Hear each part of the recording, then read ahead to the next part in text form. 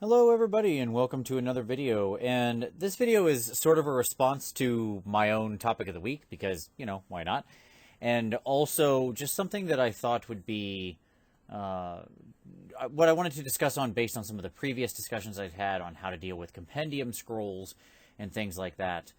As I started thinking deeper about formats, I thought about all of the wonderful things we could do if we started wholesale stealing from Magic and using it to spawn further creativity. So I think that if you watched my original video on how to deal with Compendium Scrolls on a go-forward basis, which I'll link up in the corner there, you'll know that one of the sort of conclusion that I came to was, well, what if we do things in formats? And I'll cover that here in a minute. But I want to take that to the next step. So even if you hated my idea there, stick with me, because I think that there's a lot of fun to be had if we explore more deeply the idea of formats in Age of Sigmar. So, come along with me on this magical journey, and we'll see if you agree with me. Here we go. Okay, so let's get to the basics first. One of the things that was asked, and it's actually been kind of in the zeitgeist recently, like Once Bitten asked it about how do we get more people into tournaments to have a more social and fun time. There was a bunch of discussion going around on Twitter the other day about, what does it mean to be a whack player or have filthy lists or this kind of thing, and what should you expect at tournaments. And I talked about it on Scrubby and Wells' podcast. I talked about, what does it mean when there's lists who they're potentially damaging to the meta, and blasey, blasey, blasey, blah. And most of the ways to solve this problem seem to be, let's just keep adjusting the points until we get to this magical perfect balance, as though that's ever going to happen. And I have a different video coming up about ways I think you can address those kinds of things. But here's perhaps a perpendicular way to address all of those things simultaneously. When we talk about things like fluffy or friendly or whack lists or whatever, win at all costs, by the way, what does any of that mean? Well, the problem with it is that, and by the way, I have seen mountains of internet wankery on forums and everything else about what any of those terms mean. And let me let you know the secret. They're normative terms. They don't have any specific definition, okay? It's not bachelor is an unmarried male. You can't get it to that point. So if you're arguing on the internet about it, you're probably wasting your time. That's my personal feeling on it. But do whatever makes you happy. So, the issue is that these things don't have defined terms. And that's going to present a problem here in a minute. Because one of the real keys to a good tournament experience is for the expectations of what type of tournament it is to be set by the TO up front. Okay? And there are lots of different types of tournaments out there. Some are intended to be more narrative, more fluffy. Some are intended to be very hard-edged and skill-based. That's all fine. Whatever the intention is, if it's communicated early, that's the most important thing. Because if you have a person who's looking for a real, face beater tournament that's a really hard test of tough lists and people playing, to the hilt, they don't want to maybe go to the fluffy, friendly tournament where it's a bunch of softer lists and stuff like that, and vice versa, right? Those are two extreme examples, but there's lots of different places on the spectrum. It's not as though this is a light switch, folks. Okay, and I don't want to paint it like that. I'm just using a bit of hyperbole to color examples. The issue with setting those expectations is that it's actually very challenging. Like, if you say bring friendly lists, what the heck does that mean?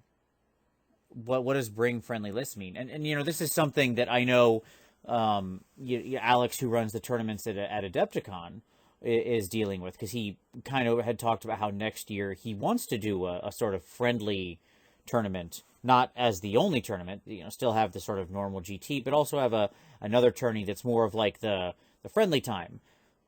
How? Well, the sort of way that has been talked about so far is to put out some hard restrictions and then have a list review where Alex has to review every list and make sure it's subjectively friendly enough. Well, that seems like a lot of work for Alex. And, to no offense to Alex, because that dude works super hard on Adepticon's tournaments, and they are awesome. But man, that guy's already working hard enough. I feel like that's a real thing to saddle a TO with. And then in the end, it's just inviting a bunch of arguments because you are basically saying, from this my subjective opinion, this is friendly enough or not, right? So I think that formats are a way. This is what I talked about last time. I talked about the basics of formats. I said, in the late 90s, Magic had this problem. Old out-of-print cards were winning tourneys and dividing the community. They created Type 1 and Type 2. And we could do the same in Warhammer. You could have Type 1 where compendium armies are guaranteed to be good in some format in perpetuity. Now, I want to answer some concerns that came up about this last time. People talked about, we couldn't keep up. I had several response videos to my compendium thing where people said, you can't do the same speed as Magic. Yes, I agree.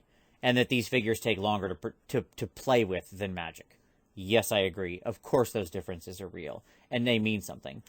What I'm really looking for here when I talk about this format is a way to address the compendium issue in a way where we can get rid of the fear. The number of times I see on Twitter or Facebook or whatever, I don't know if I want to collect X because I'm not sure X is going to stick around. Okay, the second you introduce this format distinction, that goes away. Because now they might still say, I don't know if I want to collect X because it's only played in Type 1 tournaments and I don't have a lot of that being played in my area. Okay, fine. But at least they know what they're looking for. They can go out and search and see how many Type 1 tournaments are in their area or try to start up that scene themselves. Okay? It's a known quantity. It's not reliant on the unknowable whims of a company, right? Because once you say those compendium scrolls are good in perpetuity, this format is going to be open for everything we've ever made and everything we will ever make, period, end of story. We will not erode anything from here, and there will be a set of points or whatever for this that is good forever. Does that mean that every army is going to remain competitive forever? No. Just like in Magic, plenty of older sets are 99% suck cards now, but there's some gems, so, whatever. And when I talk about Type 2, or this rotating format, we're not talking like Magic, where this rotates at any kind of speed.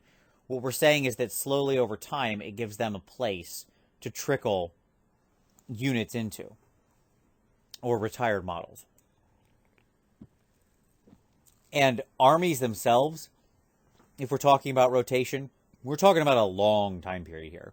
Like, in my mind, this is I'm going to say 3-year at minimum to cycle out from now, to cycle out some of the even oldest stuff. And then armies better be good for 5 to 8 years, at minimum. And even that's pushing it, to be honest. And some could just be good in perpetuity. There's no forced cycling like there is in Magic.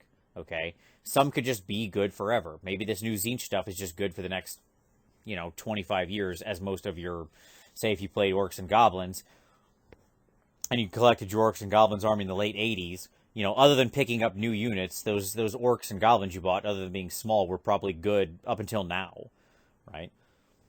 So, don't think I necessarily mean rotate everything out. But anyways, this is sort of the simplest thing that I came to originally. To me, it solves the problem of what do we do with compendium scrolls, and it lets people collect with confidence and know there's always going to be some kind of home for those things. It doesn't mean they'll necessarily have Type 1 tournaments. I agree. It could be that those are rare. I'm not going to predict what would or would not happen with that, because I don't know. And I don't think you know either. You have a guess, and you might have, evidence, but I don't think you know, because I don't think any of us can tell the future. But what I do know is that if they said these are good in perpetuity, then, hopefully they would stick to their word, and hopefully it would give us a little more confidence about it. So, but once I started thinking about this, it occurred to me that whatever you think of this idea, whether you love it or hate it, or are neutral about it, this is only the very basic of it, because I started thinking about things like Elder Dragon and these other formats and realized that's, to me, what's actually really interesting is, and I would love to see these come from GW. I won't hold my breath, but I'd love to see them with official rules and modes of play. That being said, we did get stuff like the Path to Glory, because if you think about it, Path to Glory is just an extreme format change, right? The problem is it's sort of sitting adjacent to all the other rules, and it doesn't really want to integrate in with them. Like, it doesn't really sit in narrative play. It doesn't really sit in matched play. It's kind of its own little thing. Now, I think the Path to Glory rules are super sweet. But at the same time, I'm thinking more of, like, how do we format and typify within the matched play construction? Because I'm interested in using this for alternate ways to do tournaments, or to have side games, or to do all these different things. So, let's keep going. All right, let's go a little deeper. So, we've got our clan rats. They can be winners. And the reason they're saying that is because why would we stop at just formats? At the Type 1, Type 2 thing, like I mentioned. Or if you hate that, let's just move on past that. Sometimes you have units in the game, like clan rats, that just aren't that good. I don't think they're that good right now. Maybe you love them. I don't know. But the point is that as long as there are points, and as long as the number of scenarios are fairly limited, now there's lots of ways we can play with balance and stuff like that, and what's good and what's not. But regardless of that, there's always going to be some things that are more clearly losers and some things that are more clearly winners. That's just the nature of games where you can evaluate. Like, some things will not measure up.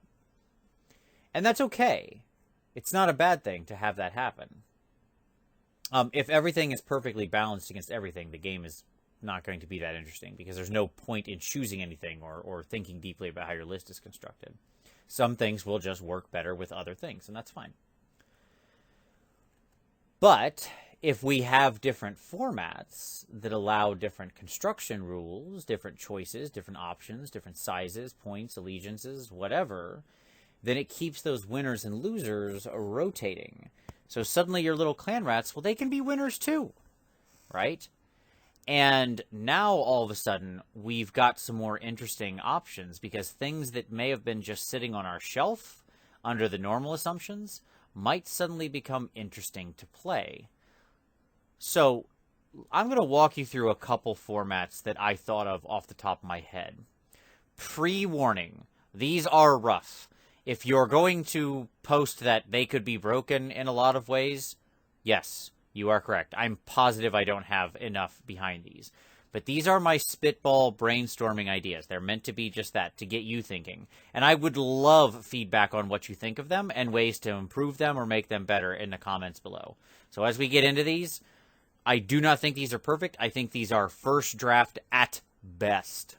So I welcome all feedback on them. So let's talk about a couple formats I thought of to exemplify what I'm talking about here. Pauper. Ah, yes, Mr. Barrel. All right, so Pauper, and yes, a lot of these are inspired by Magic. Pauper was a form of Magic that didn't use rares. It was like commons only. I think you could use uncommons, I don't remember, but it doesn't matter. The point being is that it was cheap, right? And that was the idea. By not being able to use rares or mythic rares, you restricted yourself to have to build in a different way with different decks. You could use these very most powerful combinations or whatever. Well, Pauper could also be a fun thing to do in Warhammer. So it's a cheap format that uses cheaper figures. Could be good for new players or people who don't want to keep up with the Joneses, buying a bunch of new expensive stuff all the time. So here are my thoughts of how we could get out of Pauper. Now, obviously, we don't have like a rare designation within Warhammer, right? I don't have common, uncommon, rare. But I do have points values. And I could say no models of 500 points or greater are allowed. What that gets rid of is a lot of your big offenders as far as cost. Not all of them, but most of them.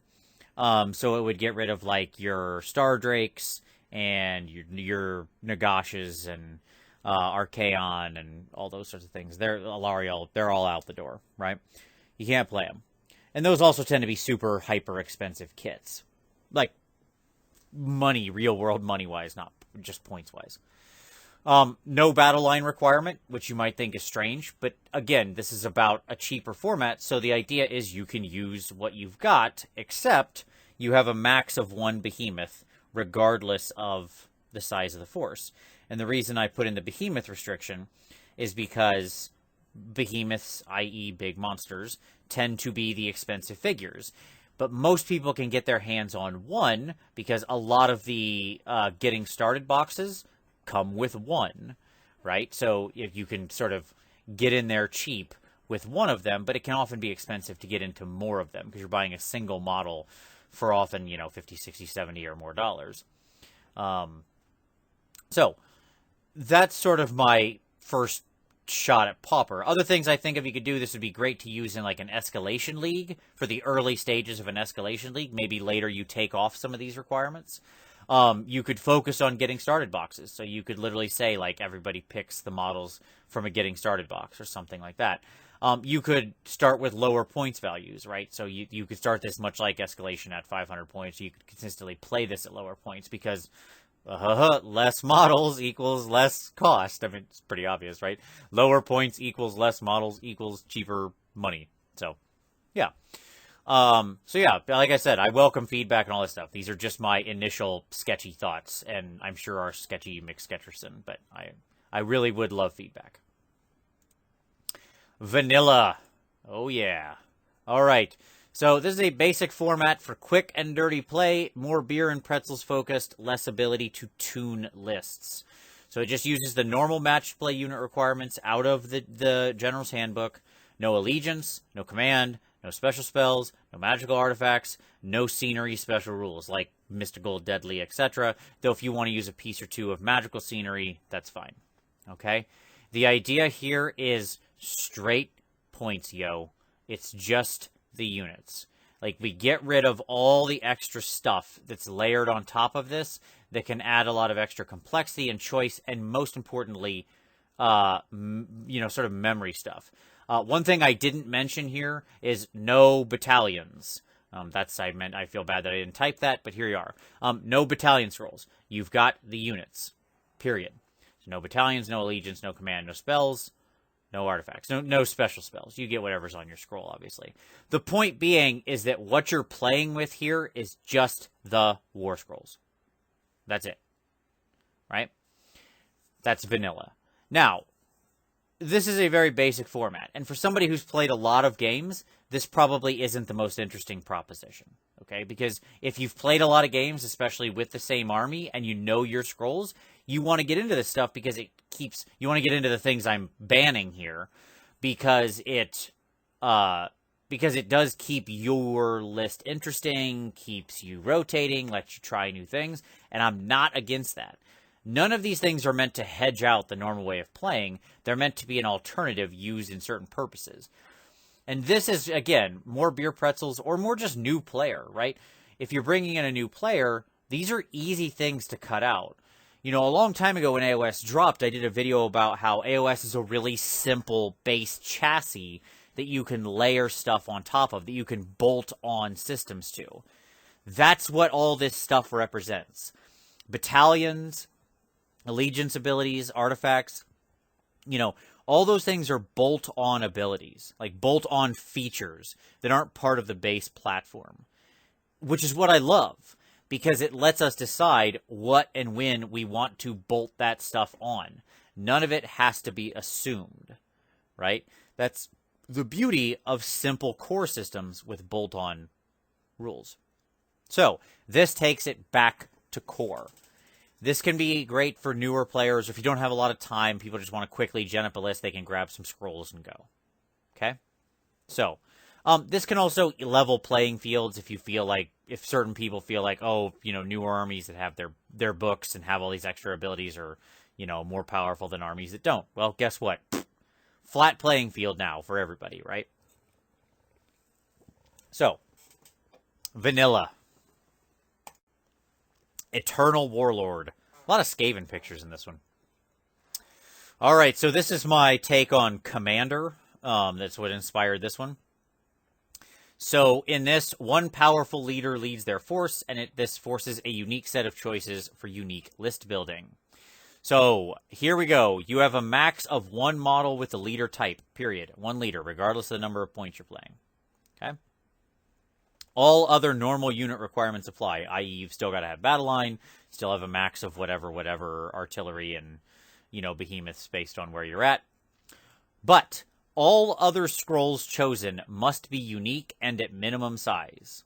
So, i.e., if you choose Liberators to be one of your scrolls, you get 5 Liberators, and you cannot have any additional Liberators, right? That is the maximum you can have. And if your leader is killed in any way, then it returns on a 2+ at the start of your next hero phase entering from any table edge. Basically, your warlord always comes back because they are an eternal warlord. Okay? They killed somebody else, or it was a clone, or whatever. You can make up a lot of different stories to explain what's going on here. But the idea here is that it's a fun take on a really unique list building challenge, right? This is a little bit more of a Johnny-focused one. Because this really alters your winners and losers, right?